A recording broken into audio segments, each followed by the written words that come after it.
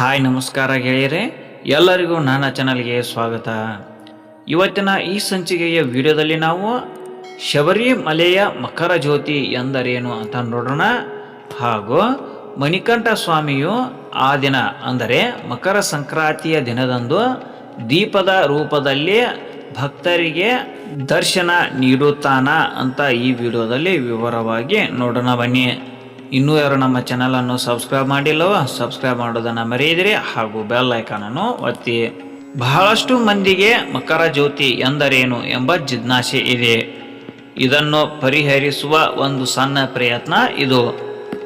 ಶಬರಿಮಲೆಯ 2 ತಿಂಗಳ ಪವಿತ್ರ ವ್ರತ ಆಚರಣೆಯ ಕೊನೆಯ ದಿನವಾದ ಮಕರ ಸಂಕ್ರಮಣದಂದು ಮಕರ ಜ್ಯೋತಿಯ ದರ್ಶನವಾಗುತ್ತದೆ. ಮಕರ ಜ್ಯೋತಿಯ ದರ್ಶನಕ್ಕಾಗಿ ದೇಶದ ನಾನಾ ಮೂಲೆಗಳಿಂದ ಲಕ್ಷಾಂತರ ಭಕ್ತರು ಶಬರಿಮಲೆಗೆ ಆಗಮಿಸುತ್ತಾರೆ. ಶಬರಿಮಲೆಗೆ ವಿರುದ್ಧ ದಿಕ್ಕಿನಲ್ಲಿರುವ ಪೊನ್ನಂಬಲಮೇಡು ಗಿರಿಯಲ್ಲಿ ಮಕರ ಜ್ಯೋತಿ ಕಾಣಿಸಿಕೊಳ್ಳುತ್ತದೆ. ಪ್ರತಿ ವರ್ಷ ಜನವರಿ 14ರಂದು ಅಯ್ಯಪ್ಪ ಸ್ವಾಮಿಗೆ ಸಂಜೆ 7 ಗಂಟೆಗೆ ನಡೆಯುವ ಮಹಾಮಂಗಳಾರತಿ ಬಳಿಕ ಮಕರ ಜ್ಯೋತಿಯ ದರ್ಶನವಾಗುತ್ತದೆ. ಮಕರ ಜ್ಯೋತಿಯು 3 ಬಾರಿ ದಿವ್ಯ ದೀಪಮಾನವಾಗಿ ಮಿನುಗಿ ಅದೃಶ್ಯವಾಗುತ್ತದೆ. ಈ ಬಾರಿಯ ಮಕರ ಜ್ಯೋತಿ ದರ್ಶನವು ಜನವರಿ 14ರಂದು ಪೊನ್ನಂಬಲ್ ಮೇಡುಗಿರಿಯಲ್ಲಿ ಕಾಣಿಸಿಕೊಳ್ಳುತ್ತದೆ.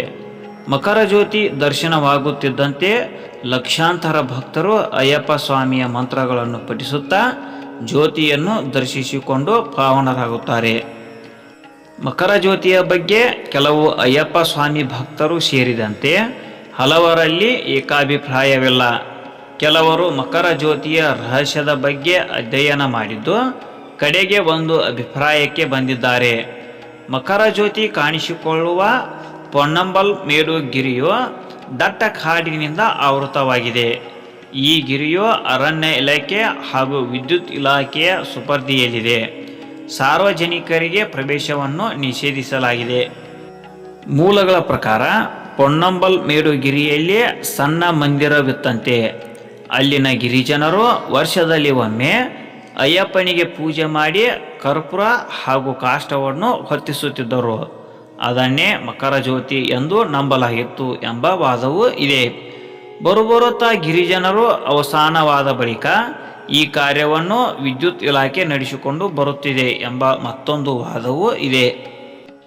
ಪ್ರತಿ ವರ್ಷ ಜನವರಿ 14ರಂದು ಕರ್ಪೂರವನ್ನು ಹೊತ್ತಿಸಲಾಗುತ್ತಿದ್ದು ಅದನ್ನೇ ಮಕರ ಜ್ಯೋತಿ ಎನ್ನಲಾಗುತ್ತಿದೆ. ಸದ್ಯಕ್ಕೆ ಮಕರ ಜ್ಯೋತಿ ಕಾಣಿಸಿಕೊಳ್ಳುವ ಸ್ಥಳದಲ್ಲಿನ ಮಂದಿರ ನಿರ್ನಾಮವಾಗಿದ್ದು ಅಲ್ಲಿ ಕಾಂಕ್ರೀಟ್ ವೇದಿಕೆಯನ್ನು ನಿರ್ಮಿಸಲಾಗಿದೆ. ಬೃಹತ್ ಬಾಣಲೆಗೆ ಕರ್ಪೂರವನ್ನು ಹಾಕಿ ಉರಿಸಲಾಗುತ್ತದೆ. ಹೀಗೆ 3 ಬಾರಿ ಮಾಡಲಾಗುತ್ತದೆ.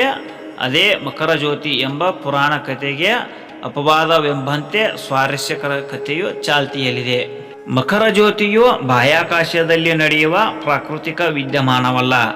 ಇದರಲ್ಲಿ ಮಾನವನ ಕೈವಾಡವಿದೆ ಎಂಬುದನ್ನು ಕೇರಳ ಸರ್ಕಾರ ಹಾಗೂ ಅಯ್ಯಪ್ಪ ಸ್ವಾಮಿಯ ಆಲಯ ಮಂಡಳಿಯ ಕೆಲವರು ಈ ಹಿಂದೆ ಹೇಳಿದ್ದರು. ಆದರೆ ಅಯ್ಯಪ್ಪನ ಭಕ್ತರು ಮಾತ್ರ ಈ ಬಗ್ಗೆ ತಲೆ ಕೆಡಿಸಿಕೊಂಡಿಲ್ಲ. ಅಯ್ಯಪ್ಪ ಸ್ವಾಮಿ ಆಲಯದ ಪ್ರಧಾನ ಅರ್ಚಕರಾದ ರಾಹುಲ್ ಈಶ್ವರ್ ಅವರು ಮಕರ ಜ್ಯೋತಿಯ ಬಗ್ಗೆ ಹೇಳುವುದೇನೆಂದರೆ, ತಪ್ಪು ಮಾಹಿತಿ ಕೊಟ್ಟ ಜನರಿಂದ ತಪ್ಪಾಗಿ ಅರ್ಥೈಸಲಾಗಿದೆ. ಅಯ್ಯಪ್ಪ ಭಕ್ತರು ಕೊಟ್ಟ ಮಾಹಿತಿ ಇದಲ್ಲ. ಮಕರ ಜ್ಯೋತಿಯೇ ಬೇರೆ, ಮಕರ ವಿಲ್ಲಕ್ಕುವೇ ಬೇರೆ. ಇವೆರಡು ಒಂದಕ್ಕೊಂದು ತೀರಾ ಭಿನ್ನ. ಮಕರ ಜ್ಯೋತಿ ಬಾಹ್ಯಾಕಾಶದಲ್ಲಿ ನಡೆಯುವ ಅಪೂರ್ವ ವಿದ್ಯಮಾನ. ಆದರೆ ಪೊನ್ನಂಬಲ್ ಮೇಡುಗಿರಿಯಲ್ಲಿನ ಮುಂಚೆ ದೇವಸ್ಥಾನವಿದ್ದ ಸ್ಥಳದಲ್ಲಿ ಹೊತ್ತಿಸುವ ದೀಪವೇ ಮಕರವಿಲ್ಲಕ್ಕು ಎನ್ನುತ್ತಾರೆ ಅವರು. ಶಬರಿಮಲೆ ದೇವಸ್ಥಾನದಿಂದ ಪೊನ್ನಂಬಲ್ ಮೇಡು 4 ಕಿಲೋಮೀಟರ್ ದೂರದಲ್ಲಿದೆ. ಶಬರಿಮಲೆಗೆ ವಿದ್ಯುತ್ ಪೂರೈಸುವ ಕೋಚುಪಾಂಬ್ ಪವರ್ ಸ್ಟೇಷನ್ ಇಲ್ಲಿಯೇ ಇದೆ. ಪ್ರತಿ ವರ್ಷ ಕಾಣಿಸುವ ಮಕರ ಜ್ಯೋತಿ ಮಾನವನ ಸೃಷ್ಟಿಯೇ ಅಥವಾ ದೈವ ಕ್ರಿಯೆ ಎಂಬ ಜಿಜ್ಞಾಸೆ ಇದುವರೆಗೂ ಬಗೆಹರಿದಿಲ್ಲ. ಈ ಎಲ್ಲ ವಾದ ವಿವಾದಗಳಿಗೆ ಅಯ್ಯಪ್ಪ ಸ್ವಾಮಿ ಭಕ್ತರು ಮಾತ್ರ ಕಿವಿಗೊಡದೆ ತಮ್ಮ ಭಕ್ತಿ ಪಥದಲ್ಲಿ ನಡೆಯುತ್ತಿದ್ದಾರೆ. ಅಯ್ಯಪ್ಪ ಸ್ವಾಮಿಯ ಪವಿತ್ರ ಆಭರಣಗಳನ್ನು ಗರುಡ ತೆಗೆದುಕೊಂಡು ಹೋಗುವುದೇ ಮಕರ ಜ್ಯೋತಿ ಎಂದು ನಂಬಿದ್ದಾರೆ. ಅವರ ಬಲವಾದ ನಂಬಿಕೆಗಳನ್ನು ಮುರಿಯುವ ಕೆಲಸಕ್ಕೆ ಯಾರೂ ಕೈ ಹಾಕಿದರೂ ಪ್ರಯೋಜನ ಮಾತ್ರ ಶೂನ್ಯ. ಆದರೆ ಅಯ್ಯಪ್ಪ ಸ್ವಾಮಿ ಆಲಯಕ್ಕೆ ಮಾತ್ರ ಮಕರ ಜ್ಯೋತಿಯ ಪ್ರಯುಕ್ತ ಪ್ರತಿ ವರ್ಷ ಕೋಟ್ಯಾಂತರ ರೂಪಾಯಿ ಹರಿದು ಬರುತ್ತಿದೆ. ಒನ್ ಇಂಡಿಯಾ ಬ್ಲಾಗ್ನಲ್ಲಿ ನೀಡಲಾದ ಮಾಹಿತಿಯನ್ನು ಆಧರಿಸಿ ಈ ವಿಡಿಯೋವನ್ನು ರಚಿಸಲಾಗಿದೆ. ನಿಮಗೆ ಈ ವಿಡಿಯೋ ಇಷ್ಟವಾಗಿದ್ದರೆ ಲೈಕ್ ಮಾಡಿ ಹಾಗೂ ಇತರರಿಗೂ ಶೇರ್ ಮಾಡಿ. ಇನ್ನೂ ಇಂತಹ ಉಪಯುಕ್ತ ವಿಡಿಯೋಗಳಿಗಾಗಿ ನಮ್ಮ ಚಾನಲನ್ನು ಸಬ್ಸ್ಕ್ರೈಬ್ ಮಾಡಿ ಹಾಗೂ ಬೆಲ್ ಐಕಾನನ್ನು ಒತ್ತಿ. ಎಲ್ಲರಿಗೂ ಮಕರ ಸಂಕ್ರಾಂತಿಯ ಶುಭಾಶಯಗಳು ಹಾಗೂ ಎಲ್ಲರಿಗೂ ಧನ್ಯವಾದಗಳು.